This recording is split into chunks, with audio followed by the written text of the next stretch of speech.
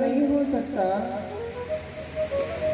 दुर्योधन ने कहा असंभव है, मैं तो विदुर और विदुरानी के घर जाऊंगा भोग लगाने।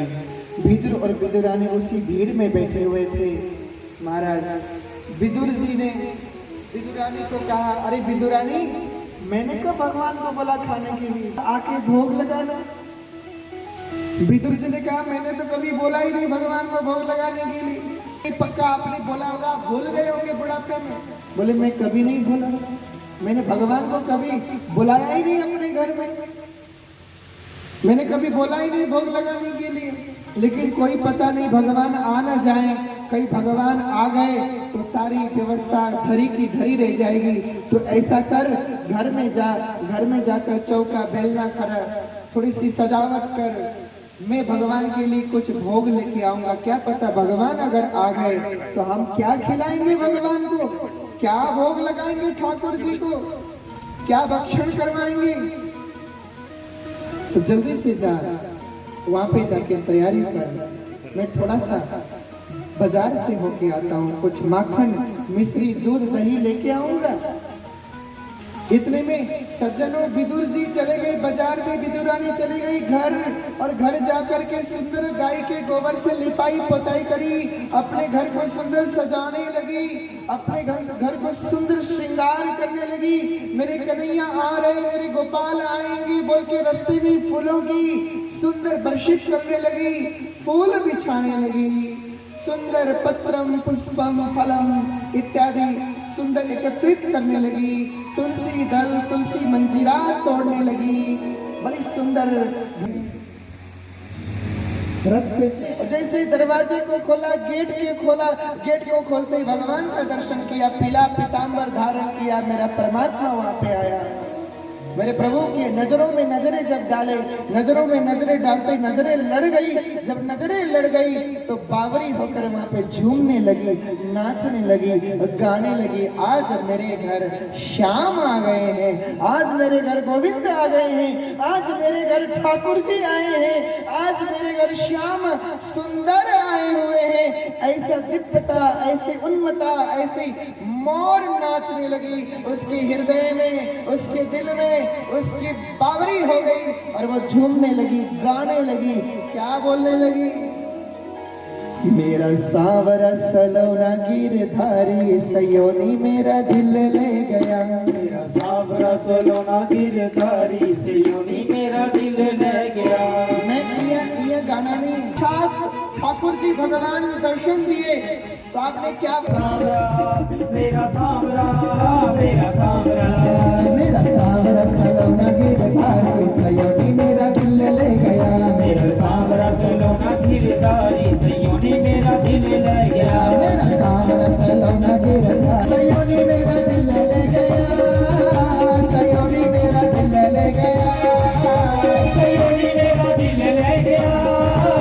सयोनी मेरा दिल ले गया, सयोनी मेरा दिल ले गया, सयोनी मेरा दिल ले गया, सयोनी मेरा दिल ले गया, सयोनी मेरा दिल ले गया, सयोनी मेरा दिल ले गया, मेरा सावरा सलोना गिरधारी सयोनी मेरा दिल ले गया, मेरा सावरा सलोना गिरधारी सयोनी मेरा दिल ले गया, दिल ले।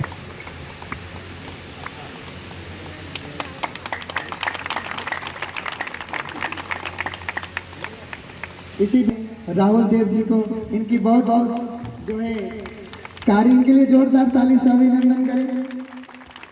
बहुत ही धार्मिक हैं, हर जगह तत्पर रहते हैं। राहुल देव जी का भी बहुत बहुत धन्यवाद। तो गोपाल महाजन जी हमारे बीच आए हैं, इनसे आग्रह है कि अपना भाव इस भागवत के माध्यम से सभी संगतों को प्रकट करें। श्री गोपाल महाजन जी। स्वामी जी आनंदमय माहौल में मुझे आकर बीच में यहाँ स्वामी जी कहेंगे कि मैं आपके बीच में आऊँ, क्योंकि 10 मिनट पहले मैं पहुँचा हूँ। तो मैं, मेरे साथ शोभा जी, राहुल जी और जो हमारे विजय जी हैं, कभी विजय जी को मैं ये कह रहा था कि मुझे भी बहुत मज़ा आ रहा है। और जब मैं पहुँचा तो मैं देख रहा था मेरी माताएं बहनें सब भगवान के रस में झूम रही थी। यही मैं कहूँगा भारतीय संस्कृति के और हमारे धार्मिक जो कार्यक्रम रहते हैं, कहीं ना कहीं ये उसकी पहचान है। और हम लोग भारतीय हैं और भारतीय संस्कृति जो है वो अपने आप में बहुत बड़ी संस्कृति है। और किसी ने कहा है कि किसी भी देश की जो सबसे बड़ी ताकत होती है वो उसकी संस्कृति है। और आज मुझे यहाँ आकर बहुत अच्छा लगा, बहुत बढ़िया कार्यक्रम। राहुल देव जी जो हमारे यहाँ के बड़े होनहार पार्षद हैं, हर समय मैं देखता हूँ राहुल देव जी के साथ हमारी निर्मला बहन जी हैं, हमारी शोभा जी हैं, सब लोग, खासकर शिवानगर के जितने भी निवासी हैं। और ये जो मानके तलाव वाला जो क्षेत्र है, यहाँ मैं देखता हूँ स्वामी जी के इनकी मेहरबानी से, इनके आशीर्वाद से मंदिर के अंदर कोई ना कोई धार्मिक कार्यक्रम का आयोजन जो है रहता है। कहीं ना कहीं मैं कहूँगा स्वामी जी का इसमें बहुत बड़ा रोल रहता है। तो मैं अपनी तरफ से स्वामी जी को बहुत बहुत इनका धन्यवाद करता हूँ, आभार व्यक्त करता हूँ कि ये हमारी संस्कृति के और हमारा जो धर्म है उसको किस प्रकार से हम लोगों को ऐसे कार्यक्रम जो है करने हैं और आने वाली जनरेशन के लिए ये चीज़ें कितनी ज़रूरी है ये आप सब समझते हैं। तो मैं एक बार फिर से स्वामी जी का, राहुल देव जी का, शोभा जी का और विजय जी का और मेरी बहन निर्मला जी का, सभी का बहुत बहुत आभार व्यक्त करता हूँ।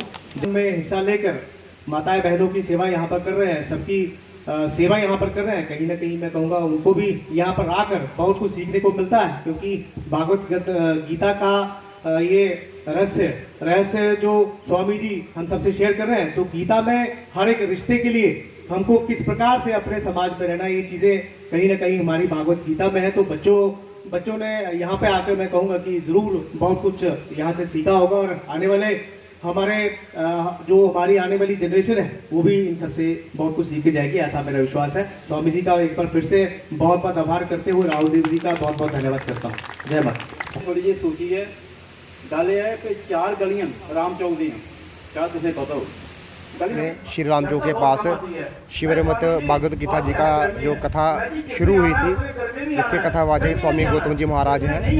तो आज इसका तीसरा दिन है और आज हमारे बीच में हमारे बड़े भाई और भारतीय जनता पार्टी के जिला अध्यक्ष गोपाल महाजन जी विशेष रूप से रहे। मैं उनका धन्यवाद करता हूं कि वो समय निकाल के हमारे बाढ़ में आए। और मैं ज़्यादा कुछ नहीं करूँगा, लेकिन इतना ज़रूर कहूँगा खासकर अपनी युवा पीढ़ी, युवा साथियों से, कि आप अपनी जो हमारा सनातन धर्म है, हमारे सनातन धर्म से जुड़े हुए जितने भी ग्रंथ हैं, चाहे पुराण हैं, उन सबको पढ़ना ज़रूर पढ़िए, कि उनमें जीवन के जीने को और जीवन के सफल होने के ऐसे ऐसे रास्ते छुपे हुए हैं। शायद वो हमें आज की जो पीढ़ी है वो आज के जो एजुकेशन सिस्टम है उसमें नहीं हम पढ़ सकते हैं। तो आज तीसरा दिन है इस भागवत गीता का।